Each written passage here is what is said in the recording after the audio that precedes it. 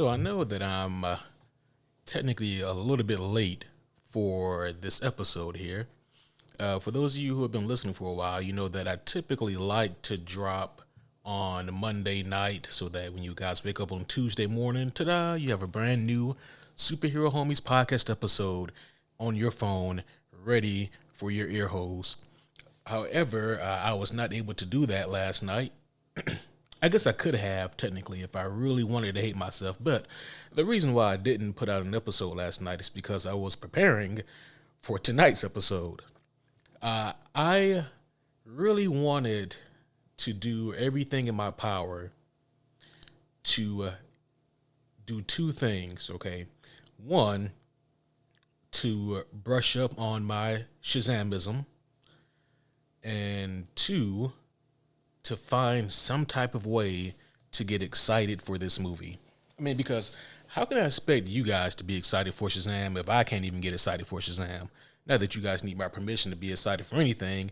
It's just that, I mean, Shazam. So yesterday I rewatched the first movie because I realized I'd only seen it once. Most superhero movies, even ones that I typically do not like at all, I watch, at least twice. There are some exceptions that I will not get into tonight, but there are some exceptions.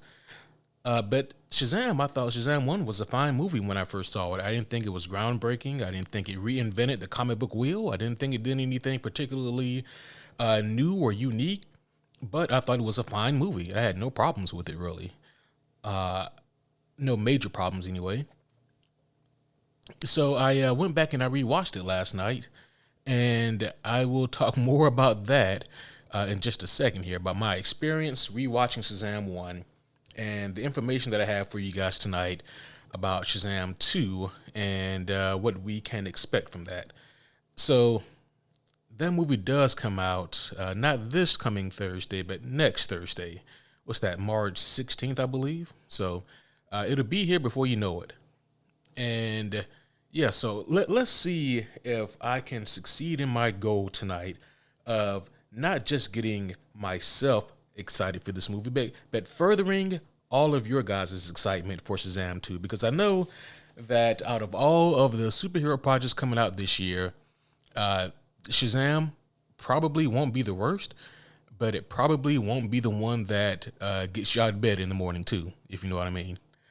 But there's a little bit of housekeeping that I wanted to do really quick with you guys, and I got some really cool news here. So, as I said a few weeks ago, I started doing weekly Patreon episodes, and these have been a lot of fun so far.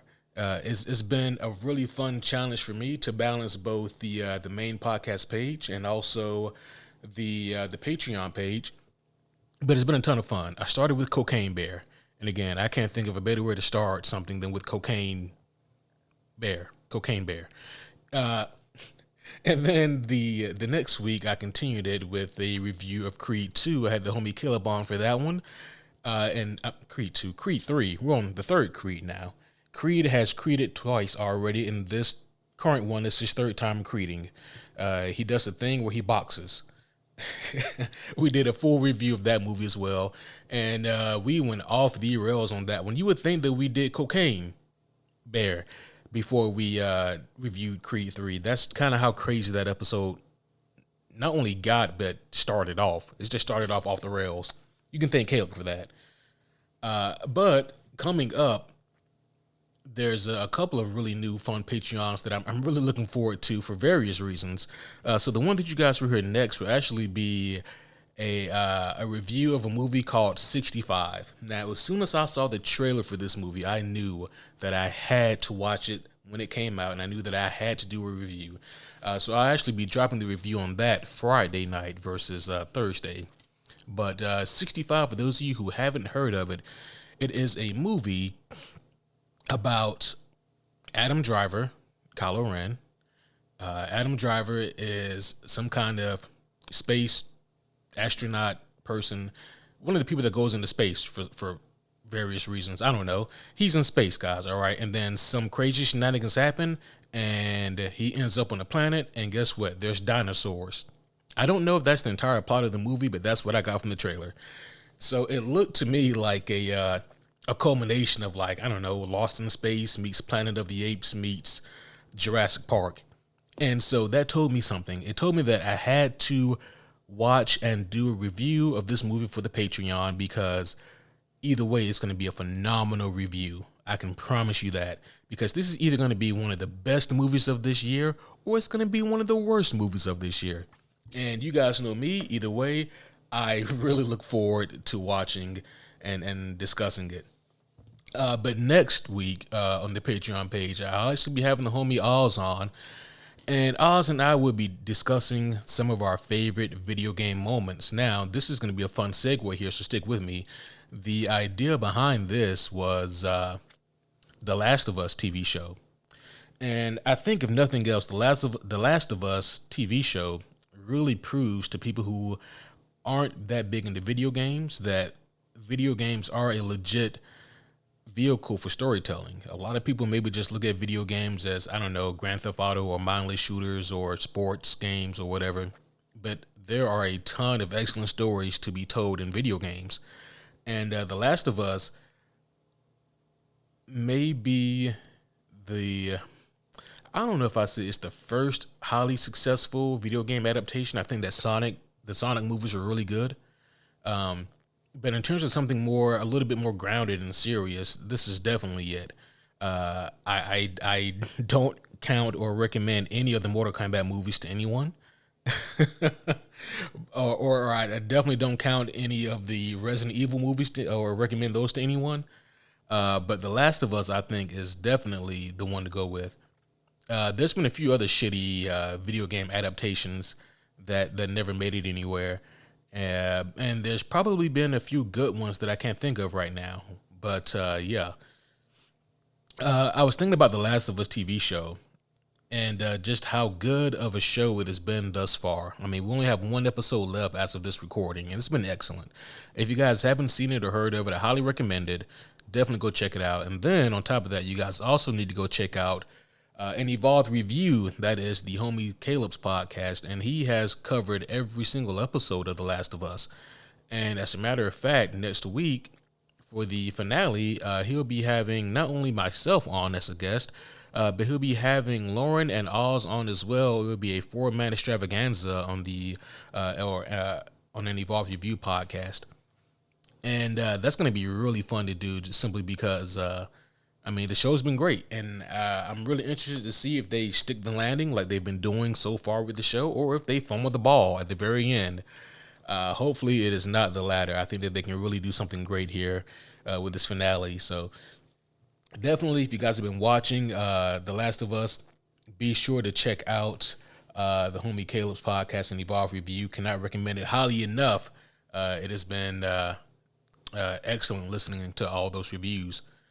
Yeah, so there's been a lot of different video games out there that have had some really, really fun, different adaptations and whatnot, or really fun stories, I should say, and that have given us some really great moments. So it's going to be interesting seeing what Oz comes up with. I know that I have a few in mind already that I think would be quite excellent. So if those tickle your fancy, even just a little bit, for $1 to $3 a month, depending on what you guys want, you can go to patreon.com/superherohomies. And that is just another way for you guys to support me and the podcast and also get something cool in return. You guys will get, definitely get your money's worth in content. And you guys know me. I will try my best to continue to come up with cool and innovative things to keep you guys entertained via ear holes. Stimulation. Yeah, that's right. But yeah, so that's just a few of the things coming down the pipeline. And in terms of the main podcast here, yes, do not worry, guys. I am still reviewing All-Star Superman. I've actually read it, or I guess reread it. I first read it 13 years ago. Good Lord, I'm old. But I've officially reread it now. It is fresh in the brain, and I will be doing a review, but I'm having the homie Caleb on for that one. He also recently purchased All-Star Superman, and I thought it'd be really cool to get someone else's opinion on this book as well. So as soon as he's finished reading it, we will review that. But I also have another book review lined up as well.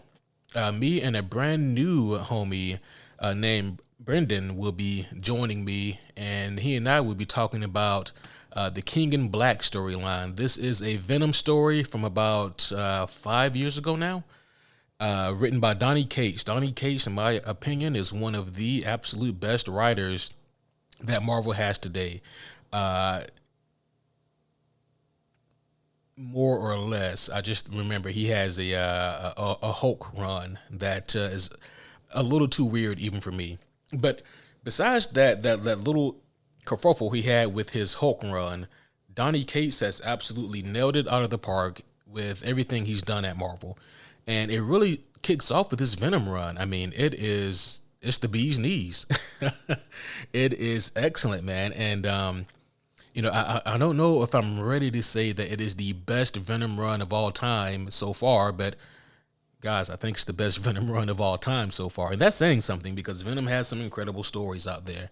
And yeah, so King in Black, the story deals with Null, the god of the symbiotes, Lord of the Void, the creator of the All Black, the same All Black that Gore the God Butcher wielded to best Thor and hundreds of other gods in that incredible Jason Aaron storyline. But yeah, so I'll be having the homie Brendan on to discuss that. And as you guys know, I do plan on discussing and covering a lot more comic book stories this year. I'm really looking forward to a lot of these. Speaking of which, just one more thing, and I promise that we'll get talking about some Shazam. I should have got a button for that where I can just press the button and it says Shazam. I'm going to do that for the review. So keep that in mind. When I do the Shazam review, which the homie Caleb, I believe, is joining me for that review. But when I do that review, definitely be ready for me to just push a button that says Shazam. And I may or may not transform. You guys won't know. You won't be able to see me. Anyways, what was I talking about before I distracted myself? Someone remind me. That's right. I was talking about books I was reviewing. Yeah, so there's going to be a lot more books that I review this year. A lot more cool comic book stories that I'm really looking forward to getting into. I've been doing a lot of reading here and a lot of preparation, and I think it's going to be a lot of fun. Speaking of the homie Caleb, one more time here, I've given him way too many shout outs as it is. He owes me money now officially. But there is actually a comic book that he gifted me a beautiful graphic novel called White Sands. And he and I will be discussing that as soon as he receives his copy. His copy may or may not come within the next 5 to 8 business years. We'll see. But when he does, we'll be discussing that. And it is, I am not equipped to even discuss the premise of this book as of yet. I've only read like the first issue or so far. But it's been great. It's very deep, and it is of the Brandon Sanderson universe, for those of you who are familiar with that writer. Very well known, very famous, and very well respected fantasy writer. And yeah, so again, very beautiful book. Definitely, I think just off of what I read already, I would recommend it. Good luck getting your copies, though. But I think as of now, that is all the housekeeping that I have. So that being said, homies, one and all, welcome back officially to the Superhero Homies podcast. My name is Quentin. As you can tell, I am flying solo here tonight. It would be very weird if someone else jumped in right now. I'd be a little freaked out. So yeah, it's just going to be just you guys and me today. Hopefully that's fine with all of you. And we're here to discuss some Shazam. I got to get that button installed.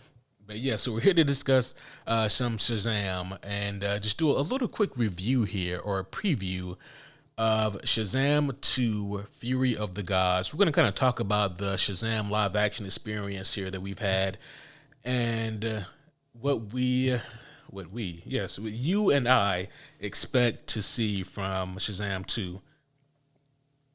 Now, as I said at the top of the podcast here, I don't know if Shazam 2 is making anyone's dick wiggle. You know, I don't know if anyone is particularly super excited to see Shazam 2.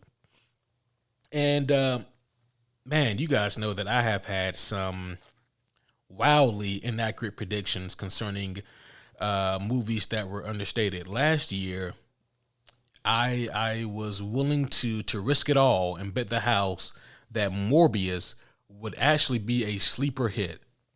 I was willing to bet money on it, and I would have lost a shit ton of money because Morbius 2 was absolutely as bad as we all thought it was going to be. So that's my bad. Um, but yeah, so I want to talk a little bit here about my experience so far with Shazam 1 and kind of just what we all took away from it. I thought that Shazam 1 was a fine movie. I thought that it had surprisingly a good amount of heart in it. And while some of the premises may have been a little bit heavy handed, I thought that it did a fine job getting across what Shazam was all about. Now, on my second viewing, there were a few more minor things about the movie that irked me that I didn't remember on my first watch through. And I'd be really curious to know also what you guys thought of this as well.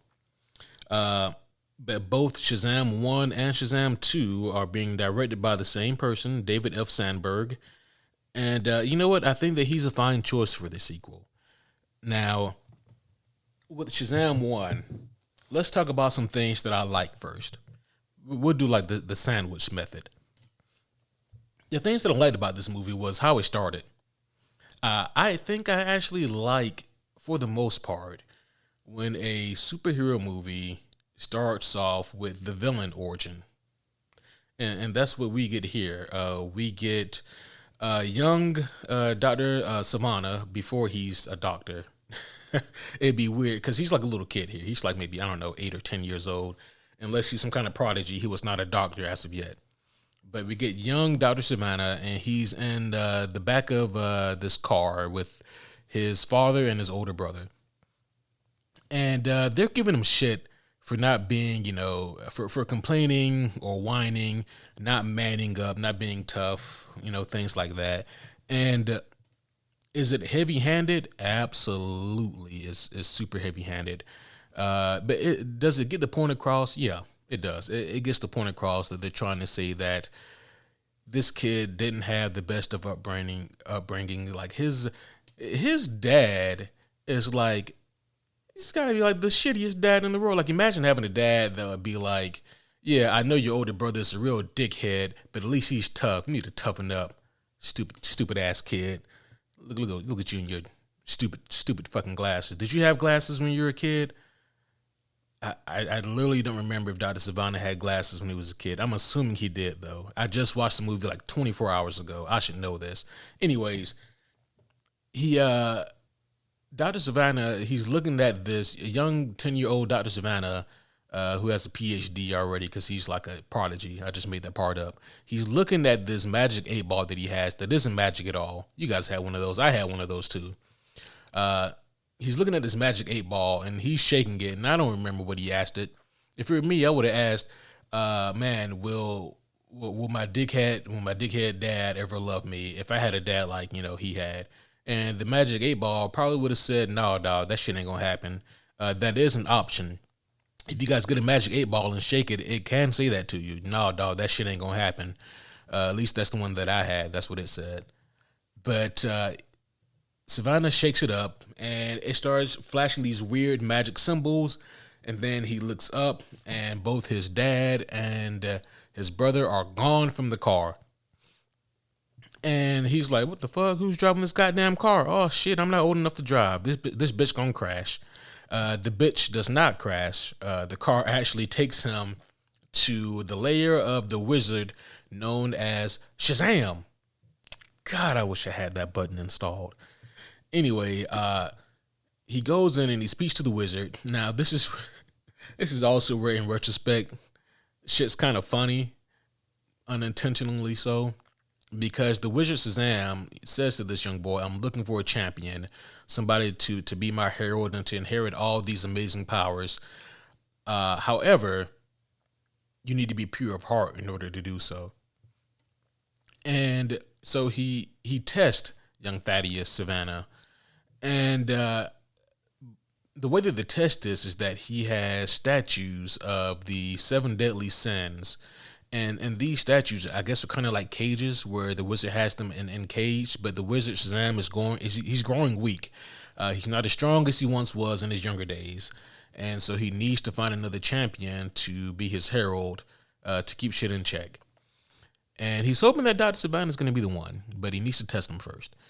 And there's this orb nearby as well. And the seven deadly sins, they tempt young Savannah to retrieve the orb, and it'll give him great power and this, that, and the third. Thing of it is, they're not lying to him. Like, that's technically really true. If he did get a hold of that orb, he'd have immense power through them. But the wizard's like, nope, no, dog, that shit ain't for you. That's an exact quote from the movie. And yeah, so he does not receive the powers, and he gets sent back to reality, snap back to reality. Up there goes Savannah. He's back in the car with his dickhead dad. Eminem did it better, but he's back in the car now. And my thing is this: what is the vetting process that the wizard had in terms of finding a champion? Because especially when you look at like the Black Adam movie in retrospect, the wizard doesn't have a good track record of picking like, the most astute people. And I know that there's, more to the Black Adam movie when it came to picking Teth to be the champion. But regardless, you guys get the point. Like, what's the prerequisite? We know what the prerequisite is, but like, what's the vetting process? How did he come to Dr. Savannah? Did he look at that kid and was like, he's a fucking nerd. He'd be a good champion. I mean, if so, he could have asked me. I think I would have. I would have been able to resist those seven deadly sins or whatever. I would have been able to withstand the temptation. Sure, I would. I think I would make a great Shazam. Shazam. However, I was never chosen, so we'll never know. But that was like the first thing that caused me to raise my eye about this movie was like, what does it take in order for the wizard to select you? We get our answer here pretty soon, and I'll get to that in just a second here. But as he goes back to reality, he starts freaking out because he tries to tell his dad and his brother, "Oh no, what happened? No, I was just there. I was there with this wizard, and he was gonna give me powers and shit." And rightfully, his dad and his brother are like, "Shut the fuck up! The fuck you talking about, kid?" Again, those are exact quotes from the movies. You guys can go get the homie Q cut, and I promise you, all that is in there. It's true dialogue, and he freaks out and he almost causes the car to wreck. Thankfully it doesn't, but then some asshole just plows into them anyway, and it ejects the father from the car. And it looks like the father's dead here, but he's not. The father actually lives, but he's paralyzed. And of course, the brother looks back at young Thaddeus and says, "This is all your fault." And that's kind of like the origin story for Dr. Savannah, what sets him on the path to become this evil or this power hungry person, because I guess because he came so close to the power of the wizard Shazam that he's thinking, I was so close yet so far away. Aren't we all, pal? So as an adult now, Savannah, played wonderfully by Mark Strong, second DC villain that he's played. Savannah, he is working with like this research group funding this research company. Don't know how he got the money because I don't think he's a part of his dad's company at all. So I'm not sure exactly. I don't know what kind of doctor this guy is. Now that I think about it, what kind of doctor is Dr. Savannah? No one never told me, so I don't know. And also, I'm not. I was never like a big Captain Marvel reader, like the OG Captain Marvel, like Fawcett Comics Captain Marvel. What Shazam used to be called before he was called Shazam.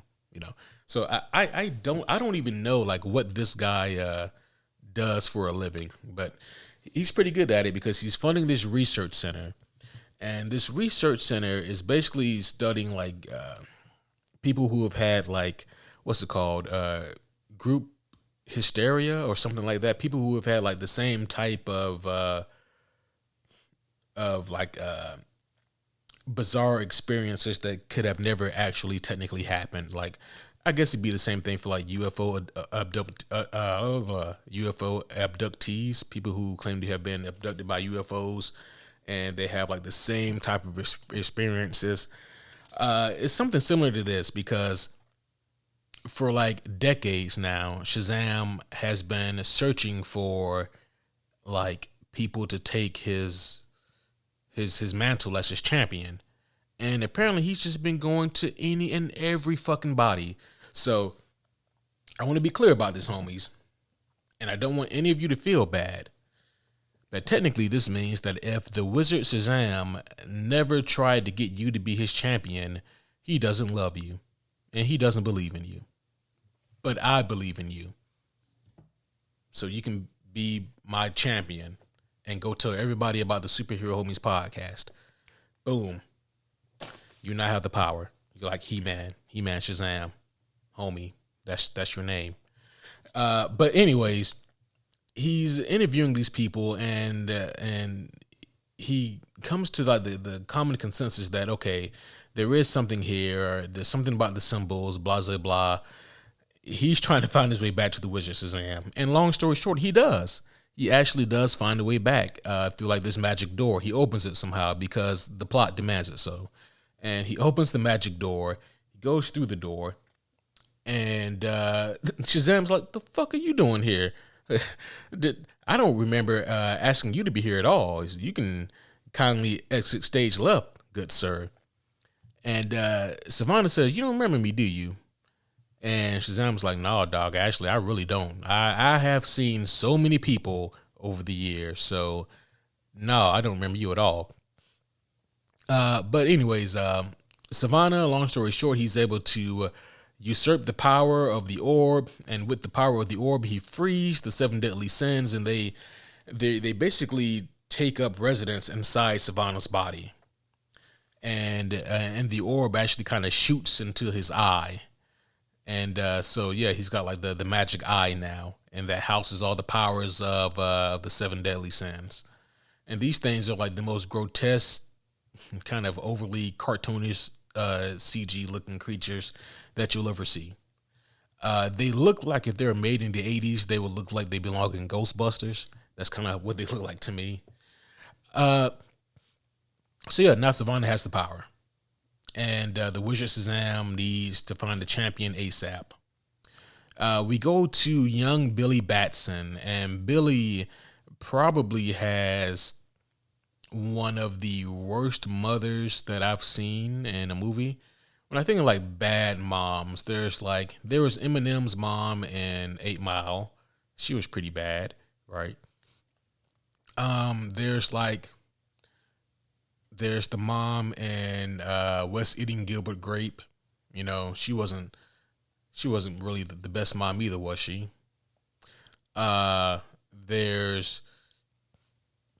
There's some bad mom. Oh, there's the mom from Precious. You guys remember that movie? She's got to be the worst mom. She's got to be like the worst person in like cinema history. Anyways, yeah, Billy Batson's mom, not a good person.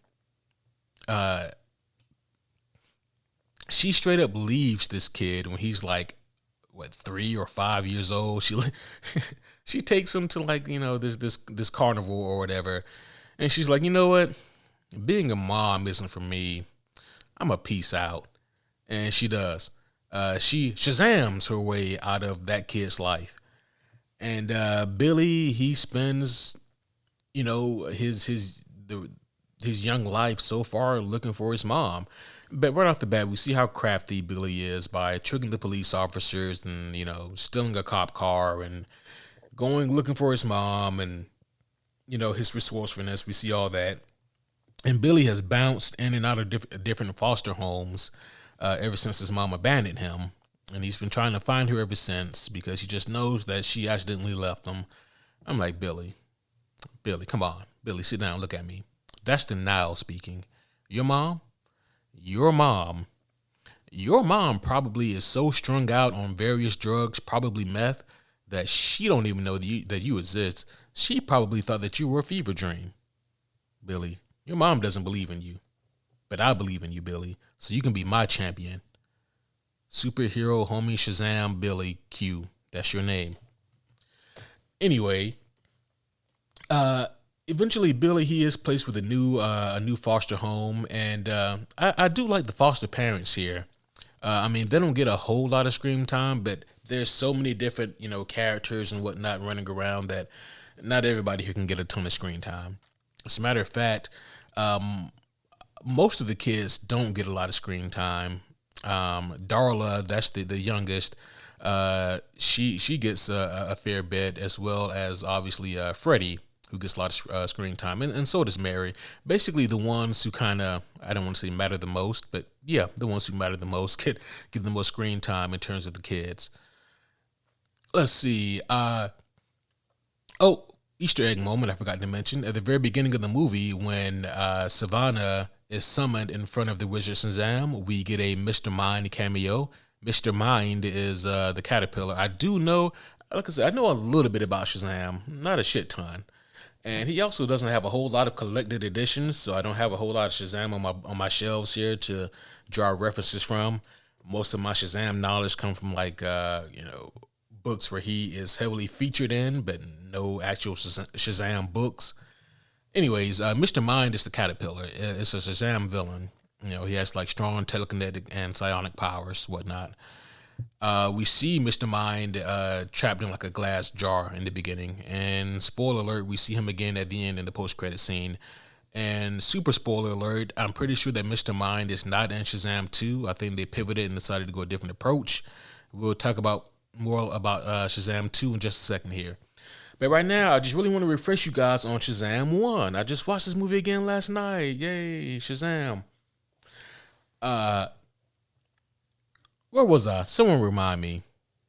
Yeah, you. Yeah, the homie listener. Remind me, what was I just talking about before I derailed myself? No. After the Beth out Billy Batson mom. That's right. Yeah, I was talking about the kids and who gets a lot of screen time. Yeah. Thank you. So Billy goes to like this new foster home, and he's kind of a jerk. I mean, not like a super jerk, but he doesn't want to be there. And besides Freddie and Darla, none of them really care about Billy being there either. The parents are very much warming and accepting, and the foster parents actually tell Billy that they themselves both grew up in foster homes or in the foster care system. I'm not gonna say that this movie hits me differently, but I think I do view this from like a slightly different perspective, simply because my parents are foster parents. I myself, as far as I know, I am my parents' biological child, but my parents have fostered and adopted quite a few kids. So yeah, when I see this movie and their depiction of like the foster care system, I'm like, yeah, that's a lot of what they do does appear to be like fairly accurate in terms of like the the inner workings of the system and what it's like for these new kids to be placed in homes, especially like teenagers. My parents have fostered everything from infants to teenagers, and so it is kind of interesting seeing like that dynamic and seeing how how these kids react. But anyways, enough of that. Oh gosh, I think I'm getting a cold. I was fine until I decided to review Shazam.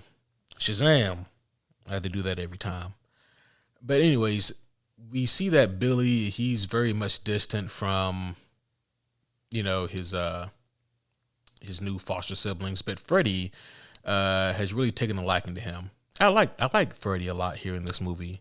If I'm being honest, I think on second viewing I might like Freddie more than Billy.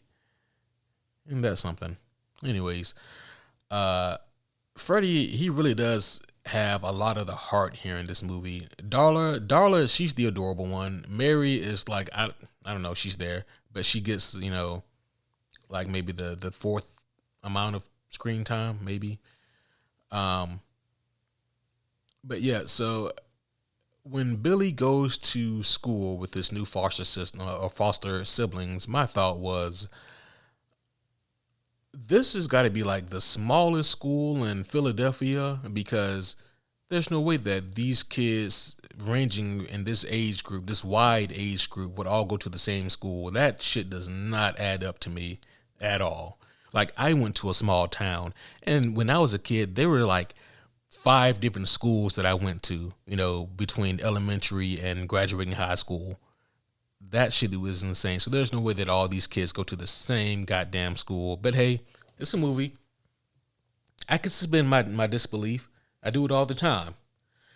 Uh, but they run into some bullies, and these bullies have a Ford Super Duty truck, not a sponsor, and these are more than bullies. These are goddamn domestic terrorists. They damn near ran Freddie over. And Freddie has a physical disability where he requires crutches to get around, and they damn near just hit him purposely, and then they get out and beat the shit out of Freddie for like no reason. Like they literally beat up Freddie because in trying to hit him, they mess up their car or the truck. So like there's a big ass scratch in the truck now. And they're like, damn it, how dare you scratch our truck when we tried to run you over? We're going to beat the shit out of you, handicapped kid.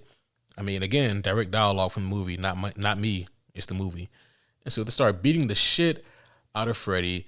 And Billy's just going to walk away from it. But it's not until they say something about like him not having a real mom that really hits Billy. And so Billy turns around.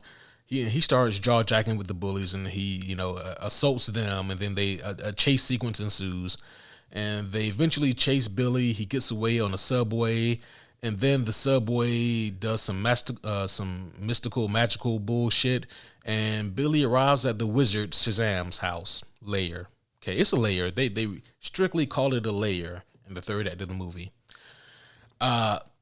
So Billy, he arrives and he talks to the wizard Shazam, and they have a cordial conversation over tea and crumpets, and they discuss the geopolitical state of the magical realm and the difference between like the imps of the fifth dimension, like Mr. Mixixpilalik, versus beings such as Trigon and Spectre. I just made all of that up. I'm sorry, guys. I'm a little tired here, and I'm by myself, and I am speaking into the abyss. None of that part happens, but they do talk. Billy and the wizard Shazam, they talk, and Billy is like, what the hell is going on? And rightfully so. And the wizard is like, you're pure of heart, and fuck it, maybe you're not. I need a champion, take these powers. And he pieces out. That is like, in all honesty, 70% true, what I just said there. Like, there's no reason that I can find that Billy Batson is a worthy contender. Also, I find it hilarious that this wizard has such a hard time finding somebody pure of heart. He set out to find someone pure of heart. He said, no matter how long it takes, I need to find somebody who's pure of heart. This is back when Dr. Savannah was a kid. Now, it's probably been at least a good 40 years since then, and this motherfucker ain't found nobody. And the closest person he can find is Billy Batson. I implore you, homies, to go back and rewatch Shazam 1 before you watch the second one. I also implore you to watch the second one in case you had no plans of doing so. But Billy Batson is a little asshole. He's not a bad kid. He's not a good kid. He's just a kid. And kids are inherently dickheads. They just are. and Billy, like, pure of heart, pure, like, what is pure to the wizard Shazam? But it really did feel like the wizard was just like, I don't have time for this. The seven deadly sins are free. I'm old and tired. I need to find somebody to give this power to. You seem like a kid, you know. I mean, if Zordon can just give magical powers to five teenagers with attitude, then I can give my power to this one kid. So here you are, Billy. You're the new champion. I'm a peace out and die. And then the wizard Shazam fades to dust. And I was like, holy shit, I forgot that he just dies. Like, I forgot that the wizard Shazam just fades away into nothingness. I thought for sure that he would come back like in the second or third act and be like, no, man, I'm actually cool. But no, he was not cool. He was dead. Like, he never comes back. He just, maybe I missed something in both my watches of this movie, but I don't know exactly why he just decides to die. He just does. He almost pulls a Yoda. You guys remember when Luke goes to Dagobah and he's being trained by Yoda?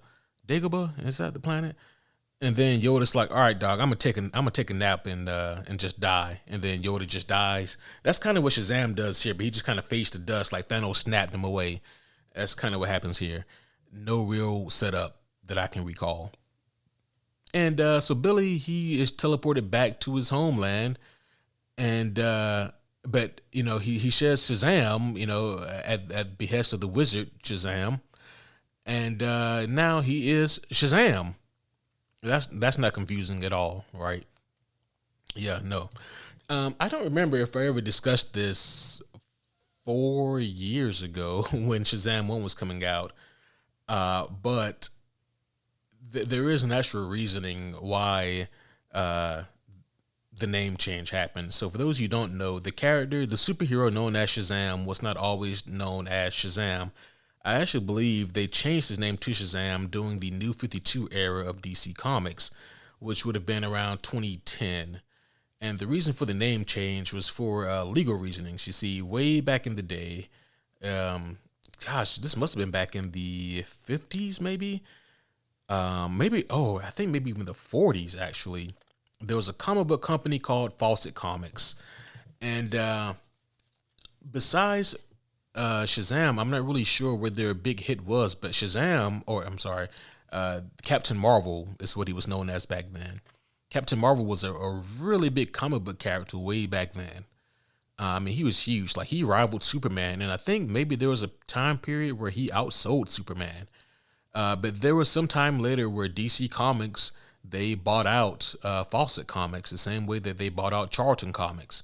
And that's how they got so many of these different superheroes. Like, heroes like The Question, obviously Shazam, Blue Beetle, and like a litany of other really cool DC characters that we still have were not originally DC characters. They came from different companies. But yeah, it was the same case with Captain Marvel here, and he was known as Captain Marvel for decades upon decades, way longer than he's being known as Shazam. And the Wizard was just called Shazam. But the reason for the name change, if memory serves correct, is because of a dispute with Marvel. You see, obviously, when Marvel transitioned from Timely Comics into Marvel Comics, there was a bit of a problem. Like, how are we going to let the competition have a character named Captain Marvel when we are Marvel Comics? There's a problem here, and so that's when they created their character, Captain Marvel, who was Marvel.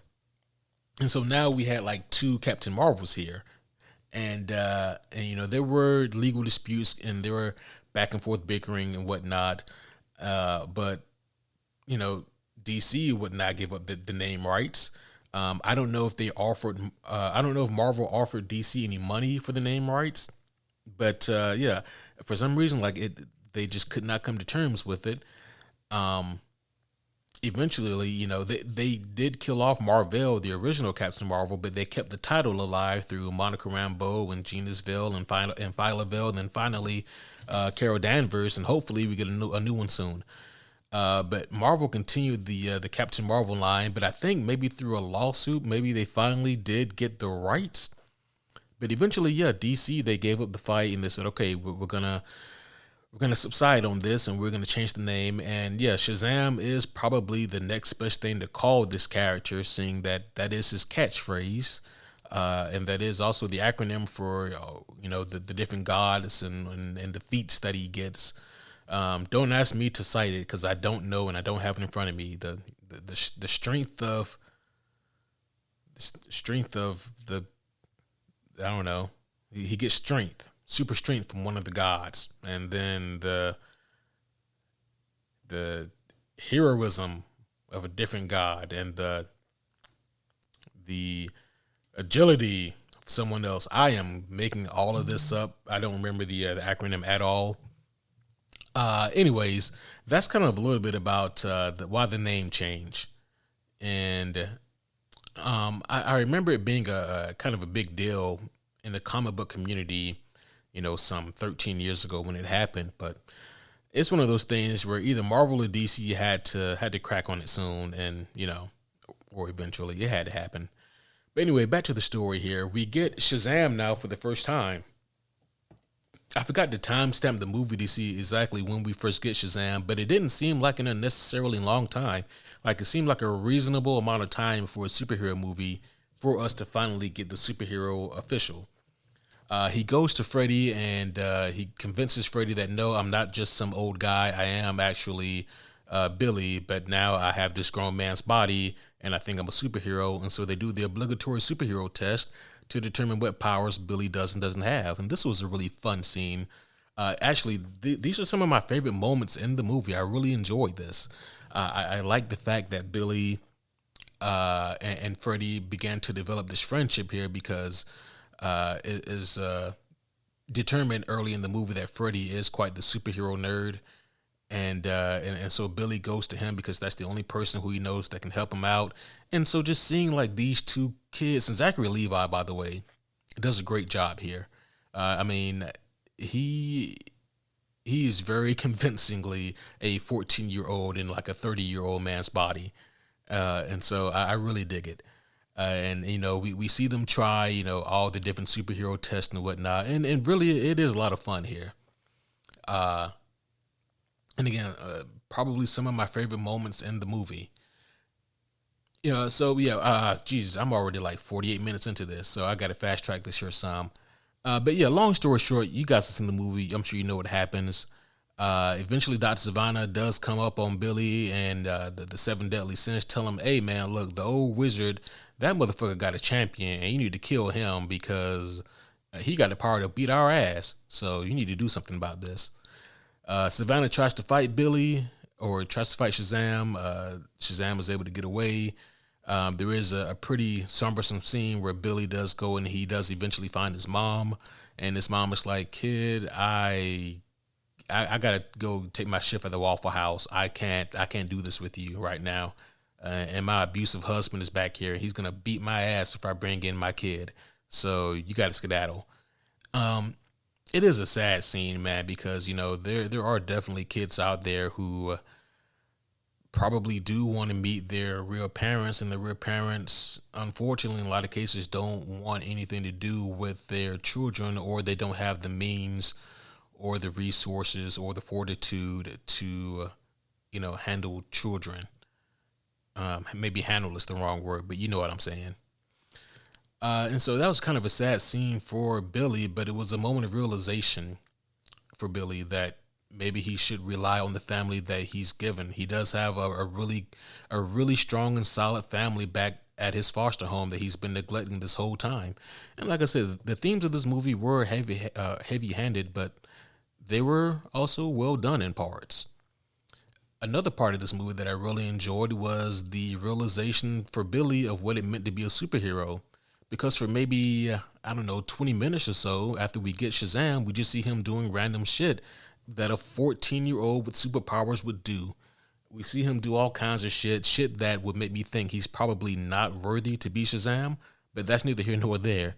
We see him try all kinds of different shit to, just impress himself, just to pop himself.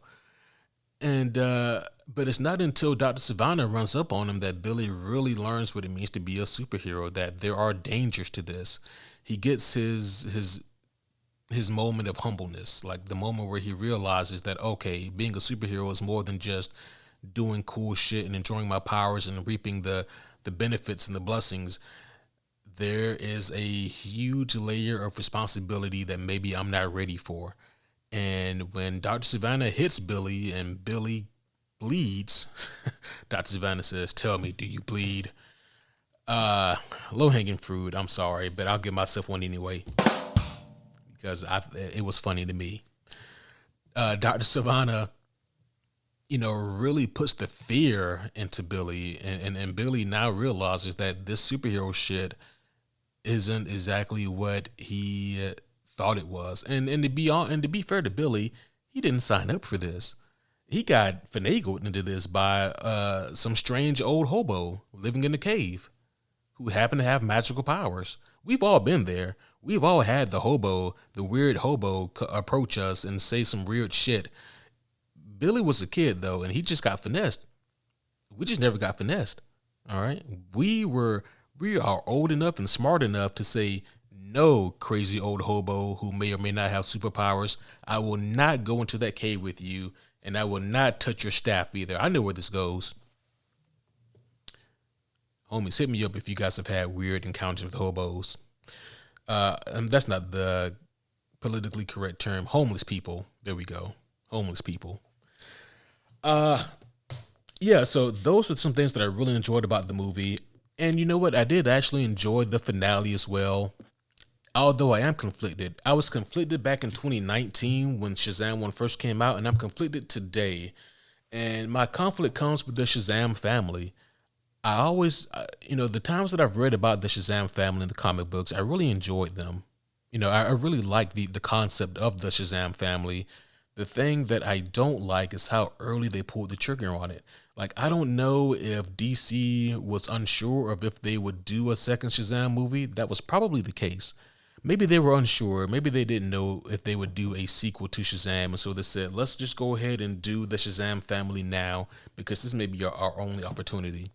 But I think Shazam had a pretty stout box office, if I remember correctly. I don't remember what it was, but it definitely made enough to warrant a sequel. I guess I just wish that they had held off on doing the Shazam family until the sequel. Like, if they had just hinted at it in the first one, I think that would have been fine. But they did pull the trigger on it. The best thing about the Shazam family, like, seeing the rest of them get their powers and become the super version of themselves is Megan Good is incredibly attractive, and that will never change. My goodness, she's one of my favorite things about the movie. Goodness, that woman. Anyways, so yeah, the movie ends with the Shazam family standing triumphant. This movie does beat you over the head with the concept of family, but it does it way better than any Fast and Furious movie. And somehow this is more believable than the Fast and Furious movies. Uh, so there's that too.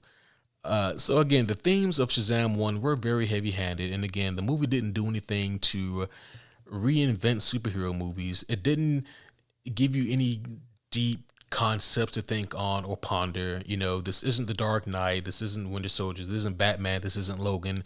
This isn't Infinity War. This isn't any of the all-time classic superhero movies. This isn't anything that's going to cause you to go home and really ponder the meaning of the movie Shazam. But it is a fun movie that does have a very family-friendly and heartfelt message about family and what it means to have a family and whatnot. So I thought it was a fine movie, and again, I think on my second watch through, I think I enjoyed it just as much as I did the first time. I mean, if I had to score it, I'd probably give it like a 7-8. I wasn't really viewing it in the terms of scoring it. I was more or less viewing or rewatching Shazam 1 just to get myself in the mindset and in the mood for a Shazam 2. And I think they did help. Like, I'm still not gonna say that I'm excited for Shazam 2, but I am looking forward to it slightly more than I was previously. Like, I thought that all the actors did a really good job with what they had, and I'm curious to see what this sequel here has going on for us. And so, with that being said, now that we are an hour into this, let's look a little bit here into Shazam 2 and have a little bit here of a preview. So, Dr. Savannah, he will not be returning here. He is put in prison. He's captured and put away. He's like put into a psych ward at the end of Shazam 1. We see that in the post credit scene. Then that's where we also get the Mr. Mind cameo again at the end of Shazam 2. I mean Shazam 1. But the villains for Shazam 2 are the Daughters of Atlas. And the Daughters of Atlas are Athena, Hespera, and Calypso. Um, and again, I'm not intimately familiar with these characters in terms of DC Comics because again, I haven't read like a shit ton of Shazam. Maybe I'll brush up on that before the movie comes out, but I don't know a whole lot about them. But what I do know about these characters is that I can understand why they would have some beef with Shazam, right? Simply because he does possess a quality that their father had, and I'm assuming that Atlas is dead. Like I'm assuming that he's a dead god, and that his daughters probably want some retribution. Not that Shazam has anything to do with that, but he possesses a quality of Atlas's power. Like the A in Shazam probably stands for something of Atlas. What is Atlas known for? Strength? Is that what that guy did? Was he strong? What did Atlas do? Hey, I know comic books. I don't know like actual mythology. All right, unless it's comic book mythology, like Sandman or some shit. Anyways, yeah. So we get the $3 dollars. We get the three daughters of Atlas here, and I think that this movie, just looking at the trailer, it looks like it's gonna double down on what made the first one, enjoyable. I don't know if it will try to do anything that will make it stand out or special or kind of more unique. Um, and I think if we're being honest here, the reason why so many people seem to be so meh, so lukewarm on this movie is because we kind of want to get this out of the way and get to the DCU, to James Gunn's DCU. We're looking forward to that. We're looking forward to the Flash and seeing how that is going to directly tie us into the DCU. We're looking forward to Aquaman 2 because according to various sources, Aquaman 2 will somehow, tie into the DCU somehow, some way. Uh, you know, we're looking forward to that, and you know, in the world of connective universes and these cinematic universes, connectivity is everything. I mean, we saw that Phase 4 of Marvel, one of the many reasons why it didn't do as well as we had hoped it would is because the connective tissue just really wasn't there. There was really nothing keeping everything together. There was really nothing that took us from one project to the next. They all felt like they're separate individual things that would sometimes kind of sort of cross over, but not really. And they suffer for that. Now with Shazam 2, this is I think the 12th installment in the DCEU. Okay, so we have that, and then I guess the Flash and Aquaman are kind of asterisks, in terms of them being DCEU. They are DCEU, but they're gonna lead us, especially the Flash, lead us into the DCU, like this new rebirth era, pun intended, of these DC movies led by James Gunn and Peter Safran. Now, with that being said, I've always kind of maintained the idea that okay, I get wanting a connected universe, like that's so much fun, but that's not everything. What's the point of having a connected universe if the movies are mid? Which is another problem that Phase 4 had, especially with me. The movies were just mid at best. There wasn't a whole lot of spectacular movies out there that kept me thoroughly engaged. So even if the movies were connected, they just weren't that good. Um, so what I'm getting at is, while it would be great if Shazam 2 did find some way to tie itself into the DCU, while that would be very cool, what would be cooler is if it was a great movie. Like, that's what I'm primarily concerned with. I don't want to ramble on too long here, so before I kind of get like my final thoughts and about like what I expect to see from Shazam 2, I wanted us to take a look here at this trailer for Shazam 2. I'm going to play it here so you guys can hear it, and I'm going to pause it periodically so we can kind of talk about some of the themes here in this movie. Let's see what we have.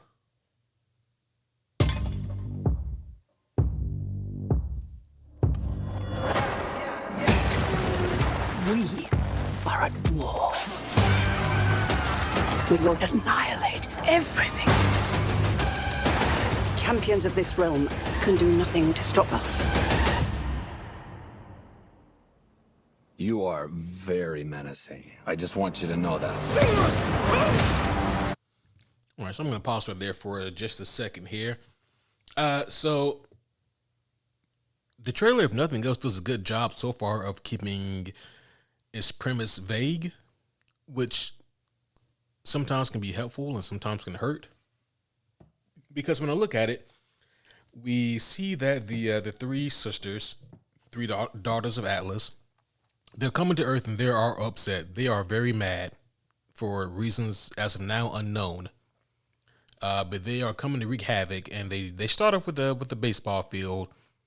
Again, assuming that they're still in Philadelphia. Homies, listen, I'm a nerd through and through. What baseball stadium is in Philadelphia? It looks like that's the one that gets fucked up. Looks like that gets turbo wrecked. And I also thought I saw a dragon in the background. Are they gonna fight a dragon? Good Lord, like, is this from House of the Dragon? That'd be great. That'd be the crossover I didn't know I wanted. But Shazam has a sit-down conversation with one of the sisters here. I'm assuming that's Athena. I don't know. I'm assuming that that's going to be her. But she looks like she's not really having the diplomacy talk, and she Sparta kicks the ever-living shit out of Shazam. And we'll keep it going. A lot has changed in the last few years. The wizard gave me superpowers. And then everybody got superpowers. Started from the bottom, now we're here. All right, here's the situation. Started from the bottom, now the whole team here. The daughters of Atlas are coming to hunt us. Children stole the power of the gods. Okay, so I think that did just confirm something that I was thinking, which is, yeah, it seems that the daughters of Atlas are upset that what's they call them, the kids, have stolen the powers of the gods, as they say. So I think maybe it's something grander than Billy possessing the power of their father. I think it's the fact that Billy and the rest of the Shazam family possess powers of the gods in general, and that maybe this is a power they wish to usurp for themselves. If the wizard Shazam is truly dead, then there probably is no gatekeeper. Man, I just really thought that wizard lived. Am I tripping? I just watched the movie last night, though, and that motherfucker did not come back. Man. Anyways. Yeah, so it looks like since there's no one there to kind of keep things like this in check anymore, man, like, that wizard really should have left Billy with some kind of manual or something. He has nothing. But yeah, it just seems to me like the daughters are looking to take that power for themselves now, because these are just mortal children who don't know anything, and they don't deserve these powers and whatnot. And you know what? Maybe the daughters have a point, but at least these kids aren't trying to, destroy the world or anything like that. I do like the kind of the look of the Shazam family still. Like, they still, I know they do look a little Power Ranger-ish, but hey, I grew up on Power Rangers and I like that shit. So we'll keep it going. You ripped it from our father's core. Okay, I feel like maybe I should be writing all this down. Give us the powers, child. Your world will not survive this. Okay, so I just saw the wizard Shazam. That motherfucker is alive. When did he come back? Why am I tripping? I promise you, I watched this movie and I did not fall asleep in it. But no, he is alive. But for certain, when I watched it, that motherfucker turned to dust. Homies, hit me up at superherohomies@gmail.com or any of our social media outlets. I am always active, live, and listening. And let me know when he came back, because I'm tripping right now. He is very much still alive. So, hooray, he's alive. You want these powers? Come get them! Hey, Khaleesi! Okay, so I think that Lucy Liu is actually playing Calypso, and because of the dragon, Shazam used to say, quite frankly, out of date reference and calls her Khaleesi. You guys get it, Khaleesi, Game of Thrones. That was the title that Daenerys had, the Mother of Dragons. So that's got to be Calypso. So I'm assuming that the one we see at the beginning of the trailer, like the head bitch in charge, that's got to be Athena. So yeah, that got to leaves us with just the other one has got to be Hespera. So Started from the bottom, now we're here. All right, Started from the bottom, now the whole team here. we have one job to do. Save the world. Billy! I don't know how we fight powers like. So there is something here in this trailer that I think if they lean into could be really cool, and that is getting to see Billy stand more on his own as Shazam. So here's the thing we have to kind of understand here. In terms of the comic books, right? If Superman, for any various reason, goes evil or out of control, there's only a handful of people who can readily handle Superman. And by handle, I mean keep him at bay, distract him, hold him off. There's only a few people that can do it. And yes, it does depend on who's writing it, as is the case with all comic book stories. But typically, generally speaking, in terms of DC Comics, there's only a few. You have like Captain Atom, who to a degree, I mean, the man is extremely powerful. He can go toe-to-toe with Superman for a little bit. You've got Wonder Woman, who can do it as well. But I mean, obviously, Batman always has his methods. But in terms of like sheer power, like blow for blow, who can really go toe-to-toe with Superman, it's going to be Shazam. Why am I mentioning this? I'm mentioning this just to point out the immense power that Shazam does have. I mean, you look at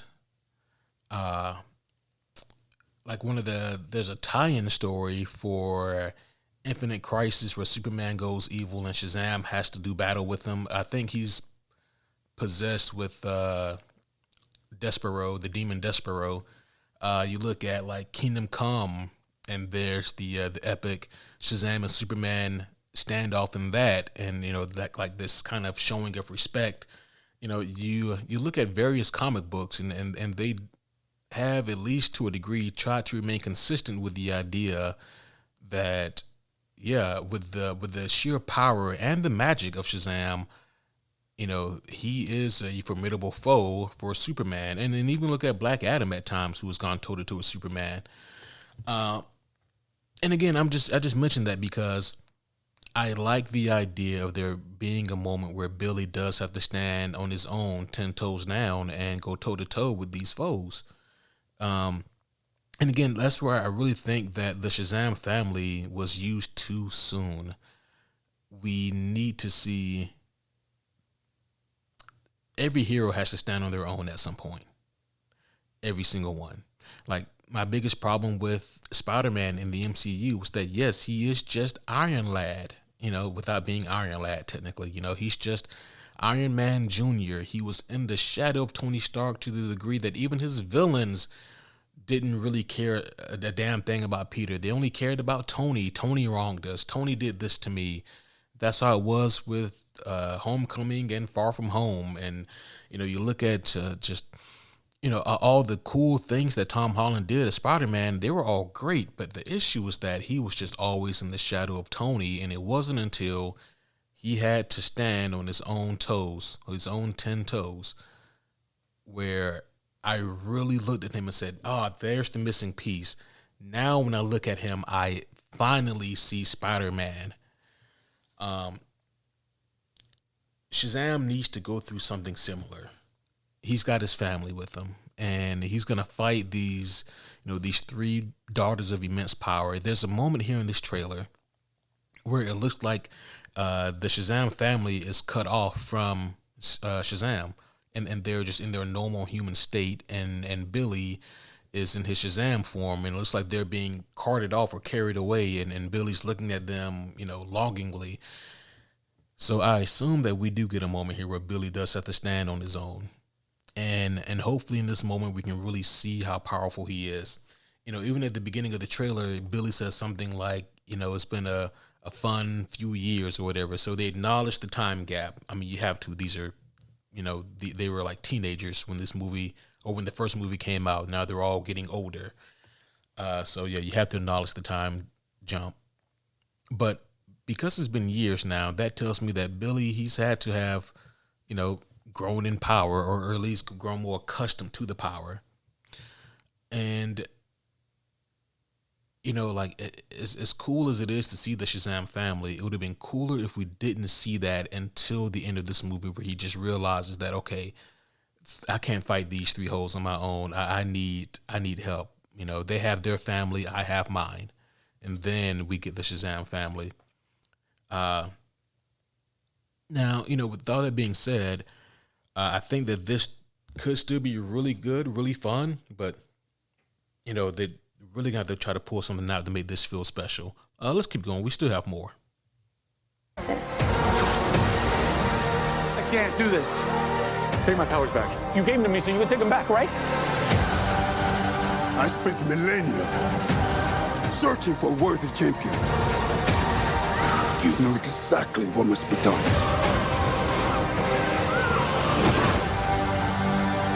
Billy, what are you doing? I have to do this. We end this now.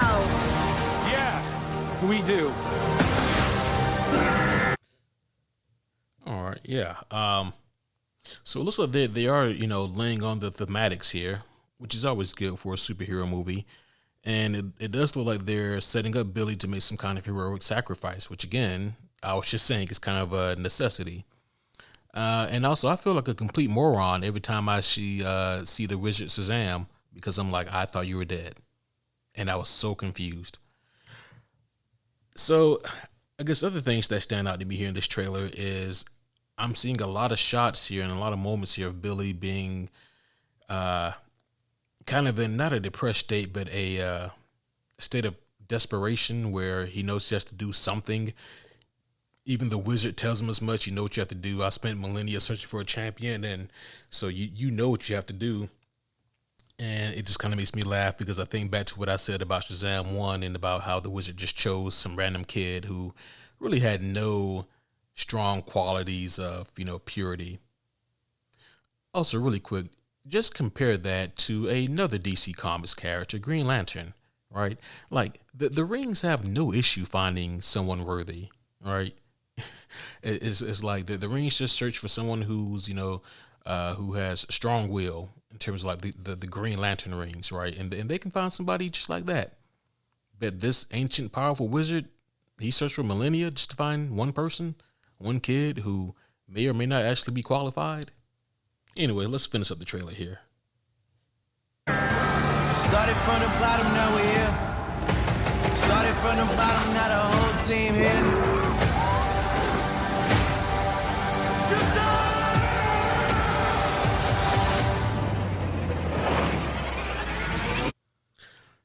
There is something else I've noticed here really quick, and that is with Shazam himself. There's a few shots here where like there's some kind of like, I don't know if it's ichor, but there's like some kind of black, maybe scorch marks or necrosis that looks like it's set in. And one shot in the trailer, it looks like it's just on his arm, but then here in this later shot, it looks like it's covering most of his torso. And I'm wondering if there's something that's siphoning his power, something that's trying to kill him, something that's spreading. I'm not really sure what that is here, but I have just noticed it here happening throughout this trailer.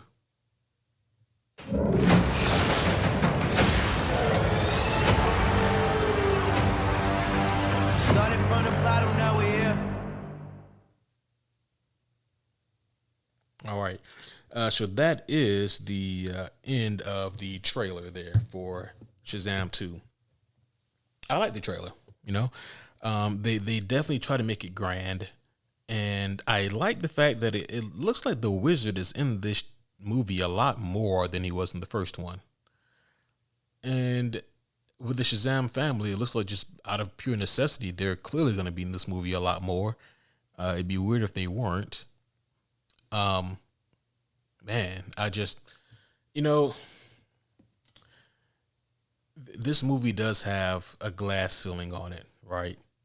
When people think about the superhero movies coming out this year, you know, the Flash movie or Across the Spider-Verse, you know, like this movie, it in terms of hype, it's gonna have a hard time staying on people's minds, you know.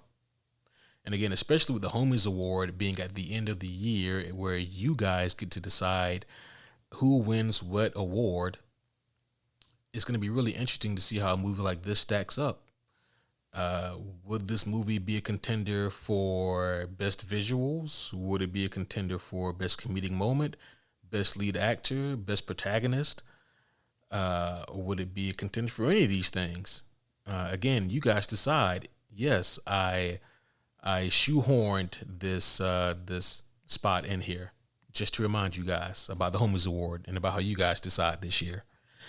But ultimately, man, you know, between watching or rewatching Shazam 1 and taking another look at this trailer here, and I'm going to try to read, you know, a handful of Shazam comics. I'm going to see if I can find some that actually have the Daughters of Atlas in them, just to be more familiar with these characters. You know, I think that I've reached the maximum hype level I can for this movie, but ultimately, man, I think that maybe they needed a bigger name in terms of the villains, and I say that with all due respect to you know, the people playing the Daughters of Shazam, Daughters of Atlas. I know that Lucy Liu was one of them. I think that Lucy's playing Calypso, but you know, I just feel like it sucks that we will never see Shazam versus Black Adam. And I know that The Rock was so dead set on doing Black Adam versus Superman, but you know, for us comic book nerds, while that is a fun fight, Shazam versus Black Adam is what we want to see. At least that's what I want to see. I can't speak for the rest of you guys, but that's what I want to see, because that's what I've read and that's what I know. And just knowing the beef between those two characters would have been epic, would have been great. And yeah, it's unfortunate that we won't get that.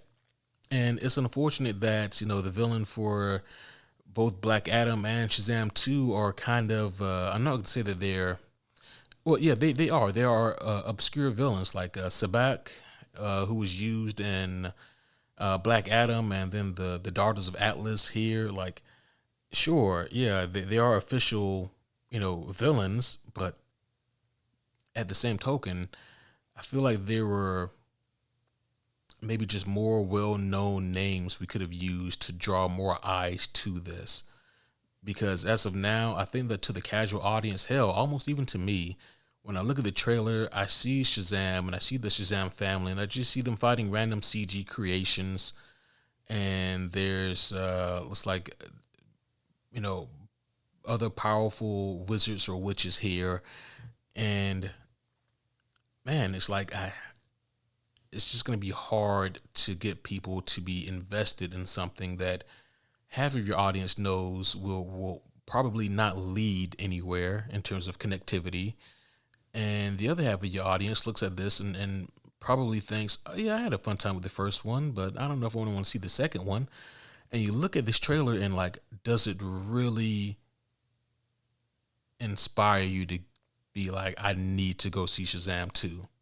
It's like, and it's kind of crazy, guys, because if I'm keeping it a buck with you guys, I am trying my damnedest to hype you guys up to go see the movie, because the more people that go see these superhero movies, the more numbers this podcast gets. And that's the truth of the matter. So I really need Shazam 2 to up his marketing and to up his hype factor so that more of you guys can go see this goddamn movie so that more homies can jump on board and hear all of my wild takes and whatnot concerning superhero stuff. It's just a weird position where I find myself trying to be like, yeah, guys, make sure you go see Shazam 2. Don't forget about it. It's a movie. It's coming out really fucking soon. But yeah, so ultimately, I think I will probably, if I had to guess, I'd probably enjoy this movie the same amount as I did the first one, maybe slightly more. Like if the stakes do truly feel higher in this movie, and if there really is more grand of a scale here, and if the villains do really feel more fleshed out, then sure, I think I can really have a good time with this movie. I predict that I'll probably end up scoring. I mean, this really isn't fair because it's probably going to happen, but I'll probably end up scoring this movie somewhere between a 7 and an 8. I don't see me scoring this movie any lower than a 7. I don't see me scoring this any higher than an 8. I'll be surprised if either of those things happen, but we'll see. We will see. Again, the review for Shazam 2, Fury of the Gods will be up Friday morning for all of you, not this Friday, Jesus Christ, Friday, March 17th for all of you guys to consume. But before I wrap up here, guys, if you haven't already done so, just remember that there are multiple ways for you guys to support me. You wonderful, beautiful ass homies. You guys can sign up for Patreon, which always helps. Patreon.com/superhero homies. For $1 to $3 a month, you guys can get a shit ton of really, really cool content that is non-superhero related, including video games, various movies, TV shows, and whatnot. Another way that you guys can support me is by leaving reviews, preferably of the 5-star variety. I like the 5-star reviews more than I do the other stars. Not that the other stars are bad, but that 5-star, that one hits. And the 5-star written reviews are like the best. They are absolutely the best. But those are just ways for you guys to really support me and this podcast and to help more people to join this army that I am assembling. Maybe I'm the villain of this thing. Who knows? But if I am the villain of this thing, then that means that all you guys get cool ass lieutenant suits. So, congrats. But I hope you guys have enjoyed the ramblings of a madman as I've talked here about Shazam, as I've talked about the history of the comic book, give you guys a more in-depth review and reminder of Shazam 1, and kind of my thoughts on the Shazam 2 trailer and maybe what I expect to happen and go down. I don't think that anybody's going to die in this movie in terms of like the heroes. Clearly none of the heroes are going to die, right? I think that it was just probably going to end up being a fun popcorn flick that won't take itself too seriously, which is fine. And I think that it's not going to give us anything to chew on in terms of its scope or its depth. I don't think that that's really going to happen either. But again, if it's just a fun movie, that's fine. But, fun movies have a glass ceiling on them. You kind of have to do something more in order to be spectacular. But that's my thoughts on this, guys. And as always, if you guys have any kind of questions, comments, gifts, threats, food, supplies, then you guys be sure to hit me up at superherohomies@gmail.com or any of my social media outlets. I promise you I am always active, live, and listening. I am like the government and Santa Claus, but somehow cooler and much less creepier. Guys, this has been a fun time for me, and I hope all of you enjoyed this as well. You homies are the absolute best. I will see you guys again soon. But until then, my name is Superhero Homie Q, signing off.